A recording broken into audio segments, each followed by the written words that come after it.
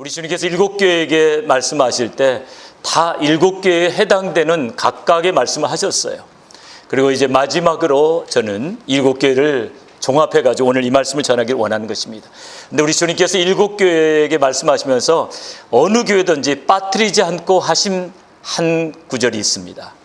그 말씀은 무엇일까요? 어느 교회든지 한 번도 빠뜨리지 않고 하신 말씀이 있어요. 그 말씀은 귀 있는 자는 성령이 교회들에게 하시는 말씀을 들을지어다. 한번 따라서 해보시기 바랍니다. 귀 있는 자는 성령이 교회들에게 하시는 말씀을 들을지어다. 오늘 또 귀 있는 분들은 주님이 여러분에게 하시는 말씀을 들으시기를 주님의 이름으로 축원합니다. 오늘 이 말씀의 제목은 초신자가 받아들이기에는 쉽지 않은 말씀이에요. 그렇지 않아도 주일에 교회에 나오는 것도 큰맘 먹고 나오는데 십자가 지고 따르라고 하면은 좀 받아들이기 쉽지 않아요. 그러나 저는 이제 믿은 지 얼마 안 되는 분들도 이와 같은 수준까지 여러분의 신앙이 올라가게 되기를 다시 한번 주님의 이름으로 축원합니다. 오늘 본문의 배경을 한번 살펴보면 하나님의 아들이 이 땅에 오셔서 인간들과 함께 33년의 삶을 사십니다. 마지막 3년 동안은 그렇게 수준이 높지 않은 12제자들과 함께 3년의 삶을 사세요. 그리고 이제 마지막 끝날 무렵이 됐습니다. 그래서 우리 주님도 참 쉽지 않은 말씀 하시는 거예요. 이 말씀 하실 때 우리 주님의 심정도 어떠했겠습니까? 이제 내가 십자가를 지고 죽어야 된다. 이런 이야기를 하는 우리 주님의 심정을 생각해 보시면서 21절을 한번 이렇게 보시면요. 21절을 같이 읽어봅니다. 시작. 이때로부터 예수 그리스도께서 자기가 예루살렘에 올라가 장로들과 대제사장들과 서기관들에게 많은 고난을 받고 죽임을 당하고 제3일에 살아날 것을 제자들에게 비로소 가르치시니, 여기 보니까 비로소 가르치셨다고 말씀하고 있습니다. 아직 준비가 덜 된 사람도 있을지 몰라요. 그러나 이제 마지막 끝날 시간이 다가오고 있기 때문에 비로소 말씀하신 것입니다. 우리가 예수 그리스도를 구주로 영접하면은 바로 다 주님 앞에 완전히 헌신하는 건 아니죠. 어떤 사람은 예수 그리스도를 영접하자마자 살아도 주를 위해서 살고 죽어도 주를 위해서 살겠다, 이런 마음을 가진 분들이 있지만, 그러나 아직도 세상에서 잘 되는 쪽에 더 많은 관심을 갖는 그런 성도들이 얼마든지 있을 수가 있습니다. 우리가 기도를 들어봐도 그래요. 우리 처음 예수를 믿고는 그럼 하나님의 나라와 의를 구하는 기도보다는 무슨 기도 많이 합니까? 달라고 하는 기도가 대부분이에요. 이것도 주시고 저것도 주시고, 또 욕심이 많은 사람은 미처 구하지 못한 것까지 주시옵소서. 그리고 기도를 마무리하게 됩니다. 여러분, 예수 그리스도를 감격적으로 만난 그 시점에도 사실은 우리는 남을 섬기는 것보다는 섬김 받는 게 더 좋아요.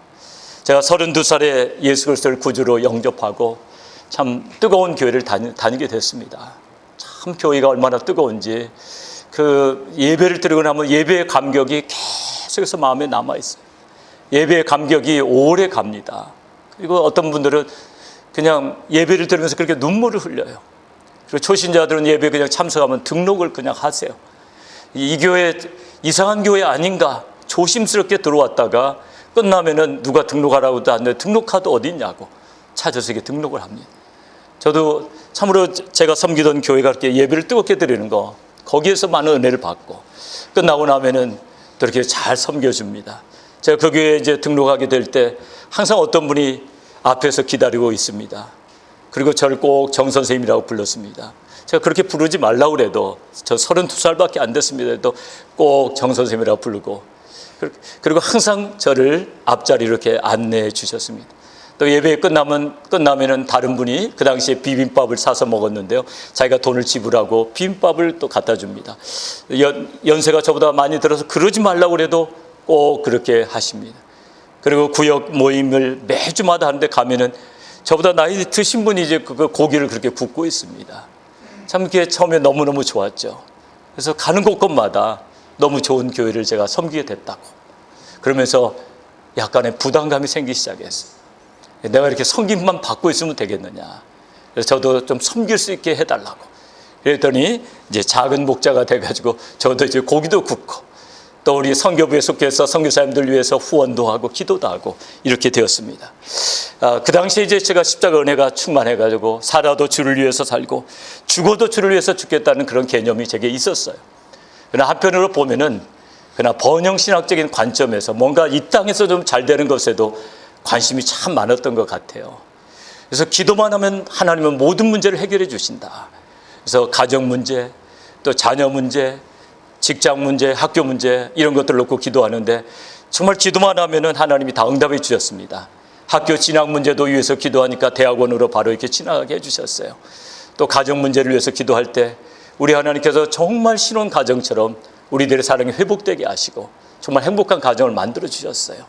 그런가 하면 이제 학교를 6개월 이상 안 다녔기 때문에 유학생 신분이 저희들은 이제 완전히 유지되지 않았기 때문에 한국에 나갈 수가 없는데 어린아들 하나를 한국에 두고 왔기 때문에 그 아이를 데리고 와야 되는데 부모가 나갈 수가 없습니다. 근데 기도하고 그 어린아이 단독으로만 또 비자를 받게 됐어요. 그리고 혼자 비행기를 타고 또 LA까지 오게 됐습니다. 하나님은 기도하시면 뭐든지 들어주신다고 저는 만나는 사람마다 자랑을 했습니다. 그러다 이제 문제가 탁 터졌습니다.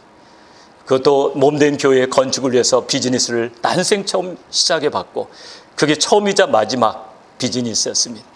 비즈니스에 ABC가 안 돼 있는 우리는 그냥 하나님이 축복하시면 불이 뜻 일어날 거라는 무지갯빛 꿈을 가지고 비즈니스를 시작했다가 얼마나 혼났는지 모릅니다. 그것도 교회일이 바쁘면은 가게도 빨리 문 닫고 돌아와 버리니까 이 비즈니스가 뭐 번창이 되겠습니까? 결국은 빚을 많이 지게 되는데 이 빚을 많이 지게 되면서 자꾸 하나님에 대한 서운한 마음이 계속해서 싹트게 됐습니다. 나중에는 예배에 가서도 은혜를 못 받습니다. 예배의 감격도 사라져 버리고 이제 그 당시까지만 하더라도 전혀 세상 것들은 가까이 하지 않고 매일 기도하고 말씀만 받는데요. 이제 신앙이 시들시들해지니까 비디오 가게 가서 비디오를 20개씩 빌려다가 이제 그걸 봅니다. 비디오 20개를 보고 난 다음에 예배를 드리는데 찔림이 확 오는 거예요. 제가 찔림을 받게 된 이유가 우리 어린 아들을 너스리 스쿨로 찾으러 갔는데 눈이 빨갛게 충혈된 걸 보고 왜 이렇게 은혜를 많이 받아갖고 눈물을 많이 흘렸느냐고 어느 분이 저를 붙잡고 그렇게 칭찬해 주는 말에 찔림을 얼마나 받았는지 모릅니다. 내가 비디오 20개를 저 화질이 나쁜 걸 봤으니까 눈이 빨개졌다고 말할 수 있겠습니까? 그래서 굉장한 찔림을 받고 그때 생각하기를 비디오를 보더라도 선교 비디오를 봐야지. 그래서 내가 은혜를 회복해야지.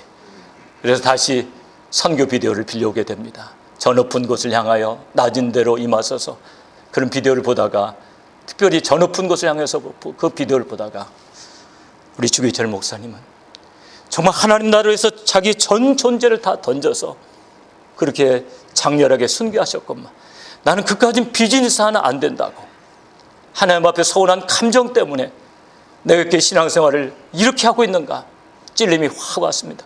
이까진 비즈니스 하나가 무엇이라고 하나님은 얼마든지 없는 데서도 있게 하실 분인데 하나님의 능력을 의지하지 못하고 내가 이렇게 초라한 모습으로 이렇게 신앙생활을 해야 되는가 무릎을 꿇고 회개하면서 다시 한번 불같은 은혜를 받고 제가 회복이 되면서 하나님의 부르심을 따라서 이제 신학교에 들어가게 된 것입니다.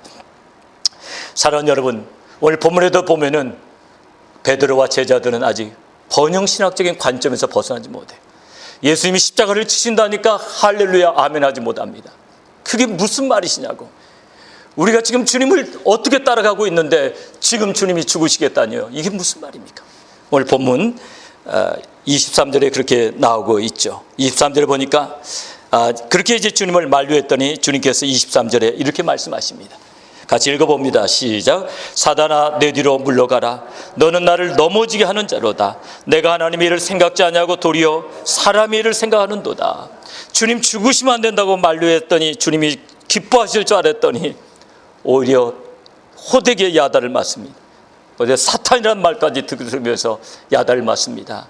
중요한 말은 사탄아 이 말이 아니고 네가 하나님의 일을 생각지 아니하고 도리어 사람의 일을 생각하는도다. 너는 이 세상에서 잘 되는 것이 하나님의 일로 알고 있는데 그게 아니다. 하나님의 일은 십자가에 죽으시고 그러므로 말미암아 많은 영혼들을 구원하는 거라고. 하나님의 일이 무엇인가를 생각하게 하십니다. 오늘 주된 내용이 뭘까요? 우리가 이 땅에서 잘 되는 것이 무엇일까요? 바로 자기를 부인하고 자기 십자가를 지고 예수님을 따르는 것이 잘 되는 것이라고 오늘 주님 우리에게 말씀하고 있습니다. 그러므로 우리 주님이 생각하시는 우리의 영혼이 잘 되는 길, 바로 십자가를 지는 것입니다. 그런데 우리가 십자가를 지기 위해서는 제일 먼저 해야 될 것이 무엇일까요? 오늘 본문 말씀 한번 보실까요? 24절입니다. 24절, 여러분 성경 보시고 24절 아니면 화면 보셔도 되겠어요. 같이 읽습니다. 시작. 이에 예수께서 제자들에게 이르시되 아무든지 나를 따르려거든 자기를 부인하고 자기 십자가를 지고 나를 좇을 것이니라. 오늘 주로 24절을 중심으로 말씀을 전하기를 원합니다. 우리가 주님의 십자가를 지기 위해서는 먼저 무엇을 해야 된다고요? 자기를 부인해야 된다는 거예요. 그러니까 자기를 부인한다는 말이 무엇일까요? 자기를 어떻게 부인합니까? 자기를 부인한다는 것은 자기의 꿈과 자기의 목적, 자기의 욕심에 대해서 죽어야 된다는 겁니다. 그러니까 우리가 정말 주님을 따라가기 위해서는 어떤 선을 넘어야 돼요. 어떤 선을. 그냥 적당히 주님 이 정도 섬기면 되겠죠? 아닙니다. 하나님이 만족하시는 선이 있어요. 하나님께서 역사하실 수 있는 수준이 있습니다. 그 수준에 이르러야 됩니다. 예를 들어 볼까요?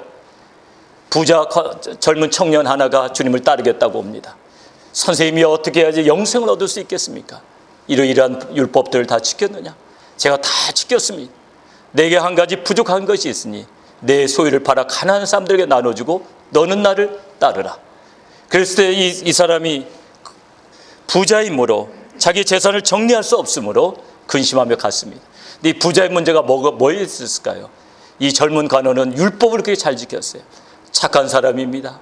영생에 관심도 있습니다. 하나님 나라를 위해서 정말 자기를 드리기도 원합니다. 만약에 예수님께서 네 재산 한 3분의 1만 팔아갖고 나누어주고 따르라고 했으면 이 젊은 부자 관원이 주님을 따라갔을 거예요. 그런데 다 팔아가지고 나눠주고 너는 나를 따르라. 다 팔으라니까 따라갈 수가 없었던 겁니다. 근데 왜 주님은 그런 말씀을 하셨을까요? 이 젊은 부자 관원의 문제가 어디에 있었을까요? 부에 대한 집착이 있었습니다. 이 사람은 돈 벌기 위해서 돈이 목적이 됐던 거예요. 자기 인생의 목적이 돈이었던 거예요. 돈에 집착해버리니까 주님께서는 그걸 버리라는 거예요. 네가 나를 따르기 원한다면 돈에 대한 집착을 버리라는 거예요. 우리가 자기 목적, 자기 욕심에 대해서 죽지 아니하면은 우리 하나님은 절대로 우리 쓰지 못합니다. 우리의 헌신도 마찬가지. 이미 헌신하셨다 할지라도요. 정말 내가 나의 목적과 꿈에 대해서 죽었는가 한번 생각해 보셔야 되겠습니다.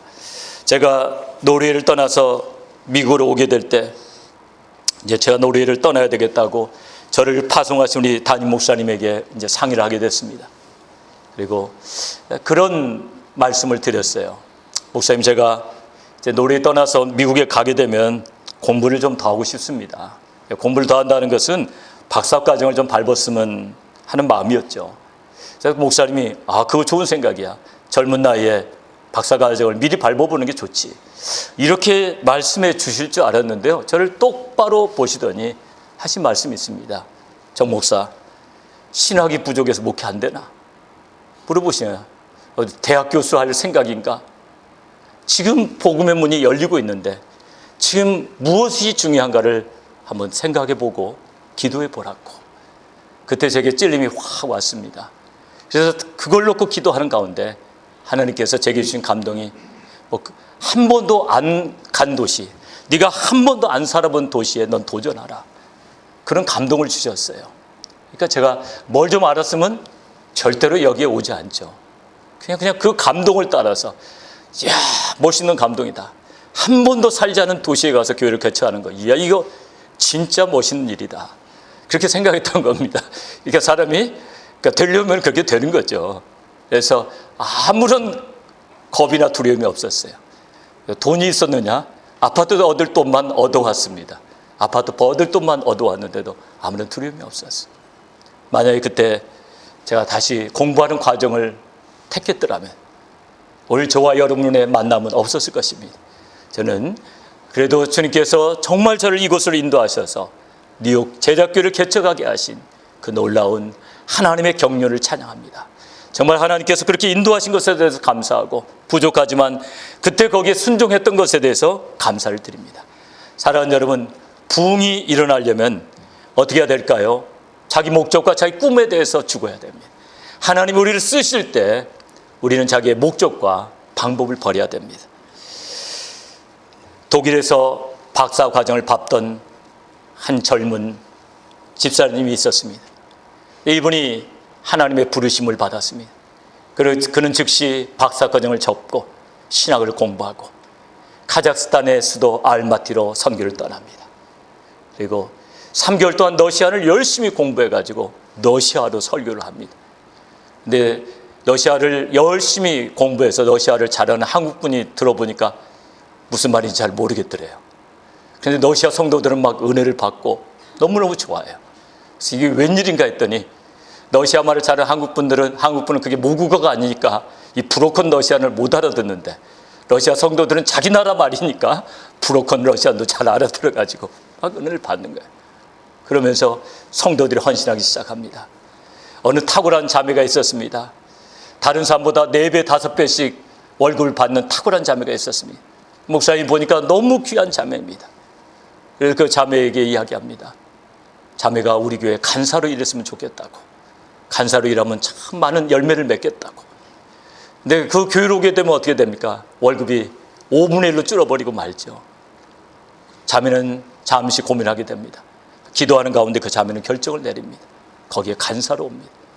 그러면서 역사들이 막 일어납니다. 별로 공부를 잘 못했던 우리 청년들이 알마티 최고의 명문대학에 막 입학을 합니다. 그리고 거기에서 셀이 만들어지고 막 이런 역사가 일어나면서 알마티에 4,000명의 성도가 모이게 됩니다. 사랑하는 성도 여러분, 우리 주님 우리를 축복하시기 위해서 자기 방법과 자기 목적과 자기 욕심에 대해서 죽으라고 말씀하십니다. 그래서 오늘 우리가 주님을 따라가기 위해서는 먼저 자기를 부인하고 십자가를 져야 될 줄로 믿습니다. 우리 모세를 한번 보시기 바랍니다. 우리 히브리서는 모세에 대해서 그렇게 이야기하죠. 그리스도를 위해서 받는 능욕을 애굽의 모든 재물보다 더 귀하게 여겼다고. 여러분 바로 그겁니다. 바로의 공주의 아들이라는 자기의 신분, 자기의 꿈, 이제 자기의 목적, 그런 것들 다 버렸을 때 그는 정말 그리스도를 위해서 능욕을 받았고 정말 하나님의 뜻을 이룬 위대한 종으로서 우뚝 서게 된 것입니다. 오늘 베드로와 안드레와 야고보와 요한 한번 생각해 보시기 바랍니다. 베드로와 안드레와 야고보와 요한, 그들은 주님이 저들을 불렀을 때 어떻게 했습니까? 배와 그물을 버려두고 주님을 따랐습니다. 여러분 그까지 배와 그물 던지는 거 버려두고 따르는 거 아무것도 아니라고 말할 수 없습니다. 왜 아무것도 아니라고 말할 수 없습니까? 누구의 생계가 달려 있습니까? 가족들의 생계가 달려 있는 겁니다. 근데 주님이 그들을 부르셨을 때 물론 번영 신학적인 관점도 다 버리지 못했을 거예요. 이분 따라가면 큰 역사 일어나겠구나. 빈 그물을 찢어지도록 채워주시는 이분 따라가면 정말 좋은 일이 있겠구나 하는 마음이 왜 없었겠어요. 그러나 그것보다도 이분을 따라가는 것이 더 가치 있는 일이라고, 가족들의 생계를 위해서 내가 여기 머무는 것보다도 이분을 따라가는 것이 더 가치 있는 일이며 이분께서 나의 먹을 것과 입을 것을 채워주지 않겠느냐 결단을 내리고 주님을 따라갔을 때 주님께서 그들을 정말 위대한 사도로 귀하게 써주신 줄로 믿습니다. 오늘 우리가 포기할 것을 포기하고 결단할 것을 결단해야 될 줄로 믿습니다. 재밌는 이야기가 하나 있는데요.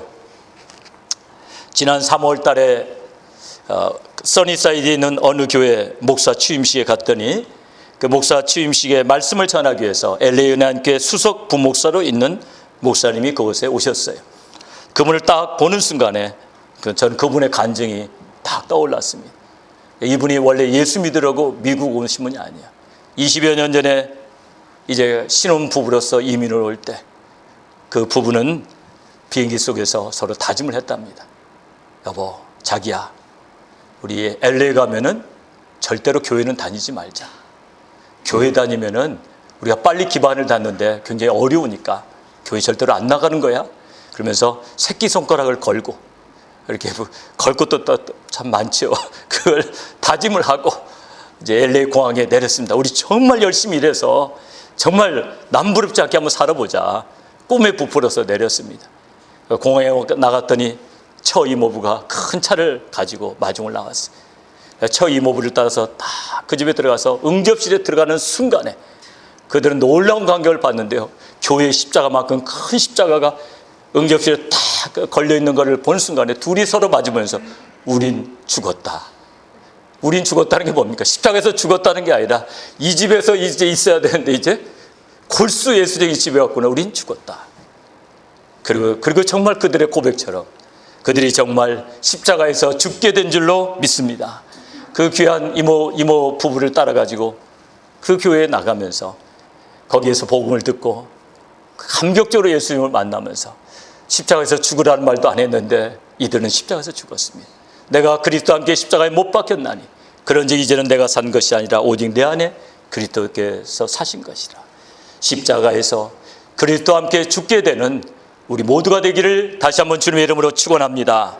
여러분, 우리가 정말 주님 앞에 나의 목적과 꿈에 대해서 죽으면 그때부터 주님이 우리의 인생을 책임져 주실 줄로 믿습니다. 우리의 결단이 약하기 때문에 주님 우리를 쓰시지 못하는 거예요.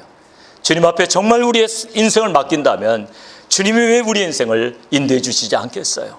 그래서 여러분, 정말 주님이 우리를 부르시고 자기를 부인하라는 것이 우리에게 정말 축복이라는 걸 믿고 주님께 우리 인생을 온전히 맡겨드리기를 다시 한번 주님의 이름으로 축원합니다.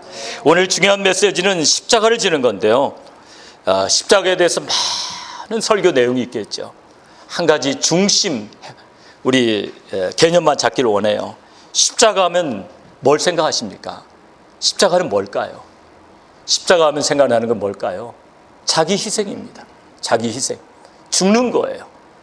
그러니까 희생이 없이는 절대로 하나님 나라가 이 땅에 이루어지지 않아요. 자기 희생이 필요합니다. 우리가 세상의 빛과 소금이라고 했는데요. 여러분, 소금을 한번 생각해 보세요. 만약에 소금이 녹지 않으면 짠맛을 낼까요? 못 낼까요? 당연히 못 내죠. 소금이 녹아야 짠맛을 내듯이 우리도 자기 희생이 없으면 절대로 세상을 살릴 수가 없습니다. 누가복음 9장에 보면 한 서기관이 예수님께 나옵니다. 선생님, 어디를 가시든지 내가 선생님을 따라가리이다. 정말 좋은 말이죠. 정말 선생님 제가 따라가기 원합니다. 그럴 때 예수님이 뭐라고 말씀하십니까? 여우도 굴이 있고 공중의 새도 거처가 있으되 인자는 머리 둘 곳이 없도다. 왜 그 말씀하셨을까요? 그 서기관의 중심을 보신 거예요. 서기관이 예수님을 따른다고 할 때 그는 어떤 관점에서 따르겠다고 했습니까? 세상적인 관점이에요. 이분 따라가면 정말 수지 맞겠구나. 이번 따라가면 정말 잘 되겠구나. 이런 마음으로 따르려고 하는 거 아닙니까? 그 잘못된 개념을 이야기하는 거예요. 여우도 굴이 있고 공중의 새도 거처가 있을 때 인자는 머리 둘 곳이 없도다. 주님을 따라가는 길은 결코 편한 길이 아닙니다. 우리는 자꾸 편한 길에 안주하려고 하기 때문에 문제가 생기는 거예요. 정말 주님이 걸어가셨던 길을 나도 걸어가리라고 작정하고 나가면 그 길이 그렇게 어려운 길이 아닌데, 만약에 거기에 대해서 이 길은 내가 갈 길이 아니라고 생각할 때 아무 역사도 일어나지 않죠. 우리 대한민국에 처음에 선교하러 오셨던 선교사님들 생각해 보세요. 이분들 다 젊은 사람들이었습니다. 20대의 젊은이들이었어요.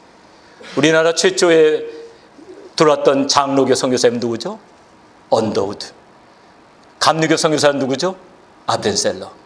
근데 이 두 사람이 인천 일본에서 똑같은 배를 타고 왔기 때문에 똑같은 날짜에 도착합니다. 그 날짜가 1885년 4월 5일 부활절 아침입니다. 언더우드 선교사에 대해서는 우리 장로교 선교사이기 때문에 자주 설교를 했기 때문에 오늘 또 아펜셀러에 대해서만 잠시 말씀드리길 원합니다. 아펜셀러 선교사님이 이 땅에 발을 딛고 이렇게 기도했다고 합니다. 주여, 우리는 부활의 아침에 이 땅에 도착하였습니다. 예수님의 부활의 권세와 능력으로 예수 그리스도를 모르고 죽어가는 이 민족에게 빛을 비추소서. 아펜셀러는 그 기도대로 우리 민족을 위해서 헌신된 삶을 살았습니다. 초창기 조선 선교의 장을 열면서 교회 사역과 학교 사역을 통하여 수많은 영혼들을 주교로 인도했습니다. 그는 자기를 필요로 하는 것이 있다면 어디든지 달려갔습니다. 우리 아펜셀러 선교사님 그 사진 한번 볼까요? 아펜셀러 선교사님의 사진을 잠시 보시면은, 이쪽에 있는 사진은 한복 입었는데 장례 치를 때 입는 옷처럼 보이네요. 이렇게 보니까 이렇게 갔었는데, 하여튼 이 사진을 보면서 저는 정말 흐뭇했어요.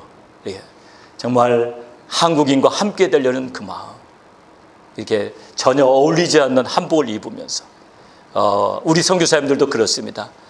제가 선교제 가보면 어떤 선교사님은 그 나라 민속 의상을 입고 다녀요. 특별히 북인도에서 사역하시는 박상수 목사님은 인도에서도 그거 입고 본부에 올 때도 어떤 데 그거 입고 오세요. 그 편하고 좋대요. 이거 인도 옷이 너무 몸에 편하대요. 정말 편할까요? 그 민족을 이렇게 사랑하는 거죠. 정말 이 아펜셀러 선교사님, 언더우드 선교사님 우리 민족 사랑했어요. 그래서 그는 정동에 교회를 세웠고, 또 아펜셀러 선교사님이 세운 학교, 무슨 학교죠? 아시는 분 아시죠? 배제 중고등학교. 이분이 세우셨습니다. 그리고 한 번은 목포에 집회가 있어서 이제 배를 타고 목포로 가게 됐습니다. 목포 앞바다에 도착했을 때 거센 풍랑이 일면서 배에 타고 있던 소녀 하나가 물에 빠져버리고 맙니다. 아펜셀러 선교사님이 어떻게 했을까요? 서양이니까 수영을 잘하죠. 물속으로 금방 뛰어들어가지고 그 소녀를 건져냈습니다. 근데 물결이 센 데서 건져내니까 기진맥진했죠. 간신히 배를 붙잡았는데 큰 파도가 치면서 배를 놓쳐버리고 맙니다. 이게 아펜셀러 선교사님의 마지막 순간이었어요. 그때 그 나이가 45입니다. 45의 젊은 나이로 그는 그의 삶을 조선에 바쳤습니다. 그리고 그의 딸 앨리스는 이 땅에 태어난 최초의 서양 아이였습니다. 한국에서 태어나 한국에서 자라면서 조선을 누구보다도 이해했던 이 앨리스는 미국에서 공부를 하고 다시 조선으로 돌아옵니다. 그리고 이화여대 학장을 합니다. 그리고 나중에 김활란 여사에게 학장직을 넘겨주기까지 수많은 지도자들을 배출합니다. 그런가 하면 그의 아들은 어떻게 됐을까요? 그의 뒤에 가족사진 한번 볼까요? 가족사진 보면 딸과 아들은 어떻게 됐을까요? 아들이 아버지가 순교할 때 14살이었다고 합니다. 시험에 들었습니다. 아버지가 좋은 일을 하려고 가다가 왜 그런 일이 생기느냐고 한동안 방황했다고 합니다. 그러나 철이 들면서 아버지의 마음과 하나님의 마음을 깨닫고 그도 조선 선교사로 파송을 받습니다. 그리고 배제 중고등학교 교장을 역임합니다. 그리고 6.25 전쟁 때는 미국의 여러 교회 호수에서 많은 구호물자를 마련해 주기도 합니다. 그리고 중요한 것은 이들이 그런 유언을 다 남깁니다. 나의 뼈를 조선에 묻어주세요. 신병치료차 미국으로 가면서 그 아들 다치 선교사가 내가 죽거든 나의 뼈를 조선에 묻어주세요. 아버지가 순교하셨던 그 땅에 묻어주세요. 그래서 앨리스 선교사도 다치 선교사도 다 어디 묻혀 있습니까? 양화진 외국인 선교사 묘역에 묻혀 있습니다. 물론 그곳에는 아펜셀러 기념 비석도 세워져 있고 거기 삼교 기념관도 세워져 있습니다. 사랑하는 여러분, 성경은 말씀하십니다. 한 알의 밀이 땅에 떨어져 죽지 아니하면 한 알 그대로 있고 죽으면 많은 열매를 맺느니라. 사랑하는 여러분, 우리가 십자가에서 죽지 않으면 열매는 맺혀지지 않는 거예요. 정말 우리가 십자가를 지기를 즐겨하지 않으면 절대로 열매는 맺혀지지 않아요. 선을 넘어가야 됩니다. 정말 하나님이 쓰시기 위해서는 하나님이 원하시는 그 수준까지 우리가 이르러야 합니다. 그를 이루지 않으면 하나님이 쓰실 수 없다는 거예요. 젊은 부자관원처럼 절반 정도 내줄 의사가 있다면 안 된다는 거예요. 정말 우리 주님을 따라가기 위해서는 함께 죽어야 합니다. 재미있는 일화가 있습니다. 미국 시카고에 시카고 템플이라는 교회가 있습니다. 메소디스트 처치인데요. 교회를 한번 보실까요? 건물을 한번 보시면은 173m입니다. 유나이티드 메소디스트 처치입니다. 이 교회 오래됐습니다. 1800년대에 세워져 가지고요. 오래돼 가지고 이제 점점 젊은이들은 출석하지 않고 연세 드신 분만 출석하고 점점 숫자가 줄어들었습니다. 근데 이 교회는 1년에 한 번씩 이 첨탑을 청소합니다. 그래서 여러 명의 인부가 이 십자가 첨탑에 매달리게 됩니다. 어느 첨탑을 청소하는 날 많은 사람들이 교회 앞으로 몰려왔어요. 인부가 내려와서 목사님에게 이야기합니다. 목사님, 왜 이렇게 많은 사람들이 모여 있는 건가요? 목사님 왜 그 이유를 모르겠어요. 목사님이 이렇게 이야기합니다. 빈 십자가는 아무도 쳐다보지 않지만 사람이 달린 십자가는 많은 사람이 주목합니다. 그러면서 목사님과 깨달음이 딱 오는 거예요. 빈 십자가는 아무도 쳐다보지 않지만 사람이 달린 십자가는 많은 사람이 주목합니다. 왜 교회가 힘들어지고 있는가? 십자가를 지지 않는, 사람이 달리지 않는 십자가에는 사람들 관심이 없다는 거예요. 그래서 그때부터 그 교회에서 벌린 운동이 십자가 지기 운동입니다. 우리가 같이 십자가를 집시다. 빈 십자가는 아무도 지지 않습니다. 아무도 주목하지 않습니다. 우리가 직장에서, 가정에서, 동네에서, 교회에서 십자가를 집시다. 교인들이 십자가 지기 운동에 적극적으로 참여하기 시작했습니다. 성도 간에 서로 섬기고 남을 나보다 낫게 여기기 시작했습니다. 낮아짐과 겸손과 순종의 삶들이 성도 그들 간에 나타났습니다. 어떻게 됐을까요? 교회가 다시 부흥하기 시작했어요. 떠났던 분들이 다시 교회로 돌아오기도 하고 새로운 얼굴들이 계속 나타나기 시작했습니다. 예배 때마다 주의 임재하심이 충만하게 됐습니다. 오늘 저는 이 짧은 시간에 십자가에 대해서 다 말할 수가 없습니다. 어떻게 우리가 십자가를 질 수 있는가? 오늘 내가 십자가를 지고 가는가 한번 체크리스트를 만들어 보기를 원해요. 내가 십자가를 지고 가는가? 첫째로 우리가 체크해 볼게요. 나는 항상 교회 때문에 마음에 짐을 지고 있는가? 이걸 한번 생각해 보세요. 나는 항상 교회 때문에 마음에 짐을 지고 있는가? 목사님, 그게 무슨 말씀이에요? 예수 믿으면 늘 기쁘고 감사가 넘쳐야죠. 맞아요. 우리가 그리스도의 십자가를 생각할 때 눈물이 나고 감사하고 성령이 주신 신령한 기쁨이 예배 때마다 넘쳐요. 그러나 주를 위해서 헌신하면 헌신할수록 어떻게 됩니까? 마음에 짐을 지게 되는 겁니다. 이것은 어떤 세상 염려하고는 달라요. 거룩한 부담감에. 근데 나는 교회만 딱 떠나면 교회에 대한 아무 부담감도 다 사라져버리고 만가. 그럼 십자가를 진 사람이 아니에요. 나는 교회만 떠나면 교회에 대해서는 아무것도 신경 쓰지 않습니다. 뭐 내가 할 책임은 다 있으니까요. 그렇다면 십자가를 지는 사람이 아니에요. 그런데 항상 노심초사하는 거예요. 교회 때문에 안지나 서나. 그렇다면은 그분은 지금 십자가에 동참하고 있는 겁니다. 우리 같이 고린도서 11장 27절부터 29절 사도 바울의 고백을 한번 같이 읽어봅니다. 고린도서 11장 27절부터 29절입니다. 우리 같이 읽어봅니다. 시작. 또 수고하며 애쓰며 여러 번 자지 못하고 줄이며 목마르고 여러 번 굶고 춥고 헐벗었노라. 이 일은 고사하고 아직도 날마다 내 속에 눌리는 일이 있으니 곧 모든 교회를 위하여 염려하는 것이라. 누가 약하면 내가 약하지 아니하며 누가 실족하게 되면 내가 애타지 아니하더냐. 그래서 여러분, 정말 십자가를 지는 사람은 항상 그 책임감이 있는 겁니다. 책임감. 이 책임감을 어떤 때는 벗어버렸으면 좋겠다는 마음이 들 때도 있겠죠. 언제 내가 이 부담감에서 벗어날까? 그건 뭘까요? 언제 내가 십자가를 벗어버릴까? 근데 정말 십자가를 지는 사람이라면요, 우리 제자교회를 섬기지 않고 다른 교회를 섬겨도 동일한 부담감이 또 있게 돼요. 뭘 해도 부담감이 있어요. 어디 가든지 부담감이 그렇게 생기더라고요. 왜냐하면 그것이 바로 주님을 따르는 길이기 때문에 그렇습니다. 부담감, 거룩한 부담감을 가지고 사신다면 여러분은 십자가에 동참한 줄로 아시고 주님께 영광을 돌리시기를 주님의 이름으로 축원합니다. 두 번째로 우리가 체크해 보기 원하는 것은 나는 예수 믿는 것 때문에 기꺼이 손해를 보려고 하는가? 나는 예수 믿는 것 때문에 기꺼이 손해보는, 내가 왜 손해보느냐? 그건 세상의 논리예요. 직장 다니면서 여러분 손해보려는 사람 어디 있습니까? 내가 왜 직장을 위해서 희생해야 합니까? 내가 왜 손해봐야 합니까? 근데 교회는 어떤 곳입니까? 오른뺨 돌려대면 왼뺨을 돌려대고 속옷 달라면 겉옷도 달고 오리를 가자는 자에게 심리를 가는, 정말 그리스도의 희생에 동참하는 것입니다. 세 번째로는 나는 그리스도의 상급대 앞에 서는 날에 대한 기대감이 있는가? 어떤 사람이 십자가를 지고 갈까요? 바로 상급대 앞에 서는 날 주님이 갚아주실 것을 기대하는 사람이죠. 27절에 보면 27절에 이렇게 말씀하고 있습니다. 인자가 아버지 영광으로 그 천사들과 함께 오리니 그때 각 사람의 행한 대로 갚으리라. 그때 주님께서 갚아주실 것을 바라보는 사람이 묵묵히 십자가의 길을 가게 되는 것입니다.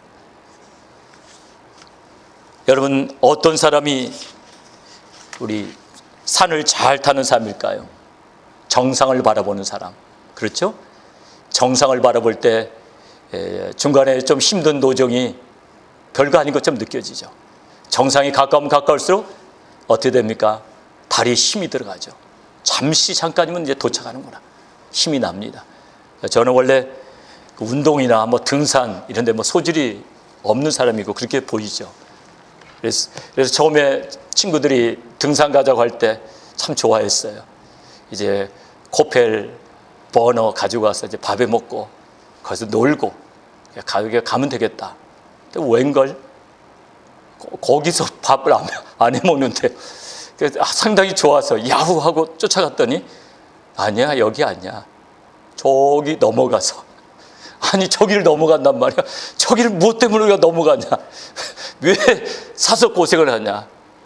야, 산을 넘는 기분을 네가 모르지. 따라와. 저는 그날 얼마나 고생했는지 몰라요. 네, 놀랍게도 산 정상에 올라가니까 정상에 올랐다는 그 만족감, 그게 얼마나 큰지요. 그 다음부터는 이제 산 정상을 쉽게 넘게 됐습니다. 물론 그들보다 제가 훈련이 안 돼갖고 많이 힘들 때가 많았는데 산 정상만 이제 바라보이면 힘이 나요. 막 뒤쳐서서 가다가도 야, 저기만 넘으면 된다. 바로 그렇습니다. 주님 앞에 서는 날, 그리스도의 상급대 앞에 서는 날 주님께서 내게 정말 상급을 주시길 바라볼 때 우리는 이 모든 과정을 다 넘어갈 수 있는 겁니다. 사도 바울의 마지막 고백을 같이 읽어봅니다. 디모데후서 4장 7절과 8절입니다. 디모데후서 4장 7절 8절. 사도 바울의 마지막 고백 우리 같이 읽어봅니다. 시작. 내가 선한 싸움을 싸우고 나의 달려갈 길을 마치고 믿음을 지켰으니 이제 오르는 날을 위하여 의의 면류관이 예비되었으므로 주 곧 의로우신 재판장이 그날에 내게 주실 것이니 내게만 아니라 주의 나타나심을 사모하는 모든 자에게니라. 누가 십자가의 길을 완주하는가? 누가 십자가를 지고 주님을 따라가는가? 바로 주님 앞에 서는 날, 주 곧 의로우신 재판장이 그날에 내게 의의 면류관을 주실 것을 믿는 사람이 끝까지 주님이 내게 주신 십자가를 지고 주님을 따라가게 될 줄로 믿습니다. 사랑하는 여러분, 7개를 오늘 마무리하는 겁니다. 7개. 정말 하나님이 기뻐하시는 성도의 모습. 자기를 부인하고 자기 십자가를 지고 주님을 따라가는 것입니다. 오늘 이 시간에 우리 같이 체크리스트를 보시면서 우리 같이 한번 기도하기를 원합니다. 정말 나는 주님의 십자가에 동참하고 있는가? 교회에 대해서 거룩한 부담감을 가지고 있는가? 마음의 짐을 지며 가고 있는가? 나는 기꺼이 손해보는 자리에 서길 원하는가? 나는 그리스도의 상급대를 바라보고 있는가? 이 세 가지를 보시면서 정말 영혼이 잘 될 수 있도록 그리스도의 십자가에 함께 동참해가는 우리 모두가 되기를 간절히 소원합니다.